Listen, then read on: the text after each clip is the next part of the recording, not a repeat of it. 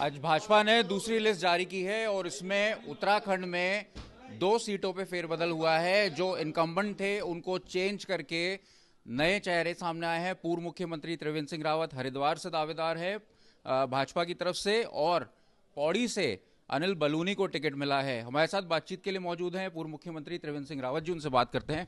Sir, सबसे पहले बहुत बहुत शुभकामनाएं आपको। हरिद्वार से आपको प्रत्याशी बनाया है भाजपा ने। मैं पार्टी का बहुत धन्यवाद करता हूं और विशेष रूप से माननीय प्रधानमंत्री जी का, राष्ट्रीय अध्यक्ष जी का, और प्रदेश के हमारे मुख्यमंत्री जी हैं, हमारे जो प्रदेश अध्यक्ष हैं, उनका मैं बहुत आभारी हूं। दूसरी बात कि पार्टी ने आज जो 2 टिकट दोनों फाइनल किए हैं, गढ़वाल लोकसभा से अनिल बलूनी जी और इधर से मुझे किया है हरिद्वार सीट से। अनिल बलूनी भी हमारे बहुत बाल्यकाल से ही पार्टी के कार्यकर्ता हैं, पार्टी से जुड़े रहे हैं और विचारधारा के एक मजबूत स्तंभ हैं।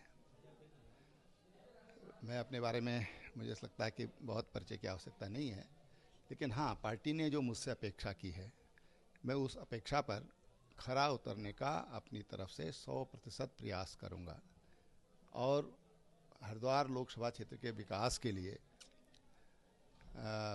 अपने तमाम जो मेरे प्रयास होंगे, उन प्रयासों को मैं वहाँ समाहित करूँगा और कोई कमी वहाँ पर नहीं रहने दूँगा।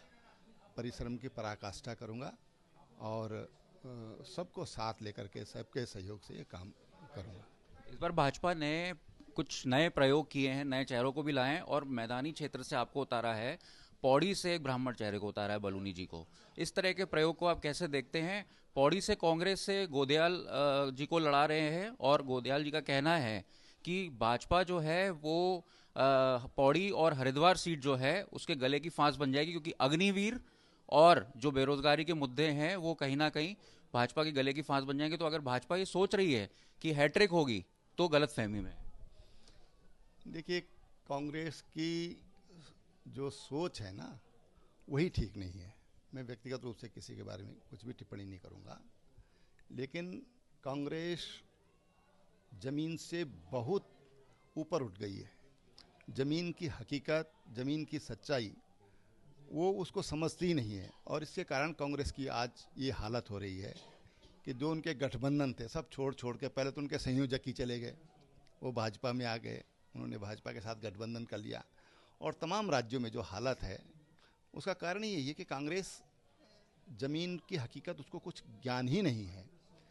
और भारतीय जनता पार्टी की जो 5 लोकसभा सीटें उत्तराखंड की हैं, मैं पूरे दावे के साथ और विश्वास के साथ कहता हूं कि पहले से भी अधिक बहुमत के साथ भारतीय जनता पार्टी 5 लोकसभा सीटों को तीसरी बार जीतने जा रही है। हरिद्वार से किन किन मुद्दों को आप लेके चलेंगे? बहुत सारे मुद्दे हैं यूं तो, लेकिन आपके जो मुख्य मुद्दे हैं वो क्या रहेंगे हरिद्वार? देखो, हरिद्वार का डेवलपमेंट किसी भी जनप्रतिनिधि का पहला जो कर्तव्य है वो क्षेत्र का विकास है, और विकास में ऐसा कि जो विकास ही प्राथमिकता हो। हम ऐसा विकास हरिद्वार को देंगे कि हरिद्वार के लोग महसूस करेंगे। और हरिद्वार की जनता त्रिवेंद्र सिंह रावत को बहुत पहले से जानती है। एक विधायक के नाते, मंत्री के नाते, मुख्यमंत्री के नाते जो मैंने काम किया है, जो संतुलित विकास की एक कोशिश की वहाँ के किसानों के लिए, जो हमने ब्याज मुक्त ऋण दिया, जो महिला समूहों को जो हमने 5 लाख ब्याज मुक्त ऋण दिया, जो महिला समूहों को जो हमने 5 लाख रुपए तक का एक शुरुआत करी, अटल आयुष्मान उत्तराखंड योजना और आयुष्मान योजना के अंतर्गत तमाम लोग उसमें लाभान्वित हुए हैं। लगभग 20 अरब रुपया इन 5-6 सालों में, 7 सालों में, 6 सालों में उस पर अभी तक व्यय हुआ है। इकबालपुर जो शुगर मिल थी वो बंदी के कगार पर थी और हमने 36 करोड़ रुपया गवर्नमेंट की गारंटी पर मिल को दिया और उसका 80% जो भुगतान होगा वो किसानों के अकाउंट में जाएगा। 22,500 फार्मर उस मिल से जुड़े हुए थे और यही नहीं, हरियाणा के भी फार्मर उससे जुड़े हुए थे और आज उन किसानों का हम पेमेंट कर पाए और जो एक मिल बंदी की कगार पर थी वो आज वो मिल पूरी गति से चल रही है। हरिद्वार से हरीश रावत भी पहले लड़ने का प्रयास कर रहे थे, उसके बाद बेटे के मुंह में वो आ गए हैं, बेटे का अपना टिकट लगाना चाहते हैं, लेकिन कांग्रेस से उनको सिग्नल नहीं मिल रहा है। हरीश रावत भी दावेदार हैं, तो कैसे देखते हैं हरीश रावत को अगर हरिद्वार से आते हैं ये उनके अपने दल की बात है और उनके दल को उनके बारे में विचार करना है। और हरीश रावत जी बहुत सीनियर लीडर हैं, हम उनका आदर सम्मान करते हैं, लेकिन पार्टी उनका कितना सम्मान करती है वो देखना है। आज यूसीसी को भी कानूनी रूप मिल गया है, कानून बन चुका है। आप यूसीसी को किस तरह से देखते हैं, कितना फ़ायदा मिलेगा आपकी कॉन्स्टिट्यूएंसी? ये किसी को भी उसको राजनीतिक चश्मे से नहीं देखना चाहिए। दुनिया में एक भारत ही एक ऐसा देश है जहाँ पर दो तरह के कानून हैं, और मैं समझता हूँ कि इससे जो मुस्लिम समाज की महिलाएं हैं उनके लिए द्वार खुले हैं डेवलपमेंट के। तमाम तरह की कुरीतियों के कारण, कुप्रथाओं के कारण वो शिकार होती थी। हलाला जैसी जलालत एक मुस्लिम महिला को झेलना पड़ता है। 3 बार किसी फ़ोन पर कह दिया तलाक तलाक तो तलाक हो जाता था। तलाक वो कहाँ जाएगी? और इसलिए ये जो कानून बनाना, चाहे यूसीसी बना है उत्तराखंड में या फिर जो 370 का मसला है, चाहे सीएए है, ये सब देश के हित में है और जो देश की आधी आबादी जो जो महिला आबादी है उसके हित में है।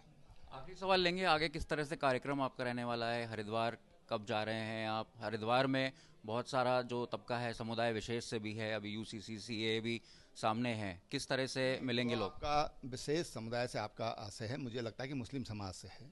मुस्लिम समाज त्रिवेंद्र रावत को जानता है और हम माननीय प्रधानमंत्री जी ने कहा है कि मेरा परिवार 140 करोड़ का मेरा परिवार है। सबका साथ, सबका विकास, सबका विश्वास और सबके प्रयास से हम विकसित भारत खड़ा करेंगे। और विकसित भारत के लिए आप भारतीय जनता पार्टी को मतदान करिए, भारतीय जनता पार्टी को जिताकर भेजिए। इसी के साथ हम उनके बीच में जाएंगे और मैं समझता हूँ कि जो हमारा मुस्लिम समाज है वो जागरूक समाज है और वो इस चीज़ को समझेगा। आज तक से बातचीत करने के लिए बहुत बहुत धन्यवाद। धन्यवाद। तो हमारे साथ पूर्व मुख्यमंत्री त्रिवेंद्र सिंह रावत और हरिद्वार से भाजपा का प्रत्याशी बनाया गया है, आश्वस्त हैं जीत को लेकर। विकसित भारत के तहत जो प्रधानमंत्री मोदी का दिया हुआ नारा है उसको मिशन के तहत जीत दर्ज करेंगे और भाजपा की हैट्रिक होगी, ऐसा उनका कहना है।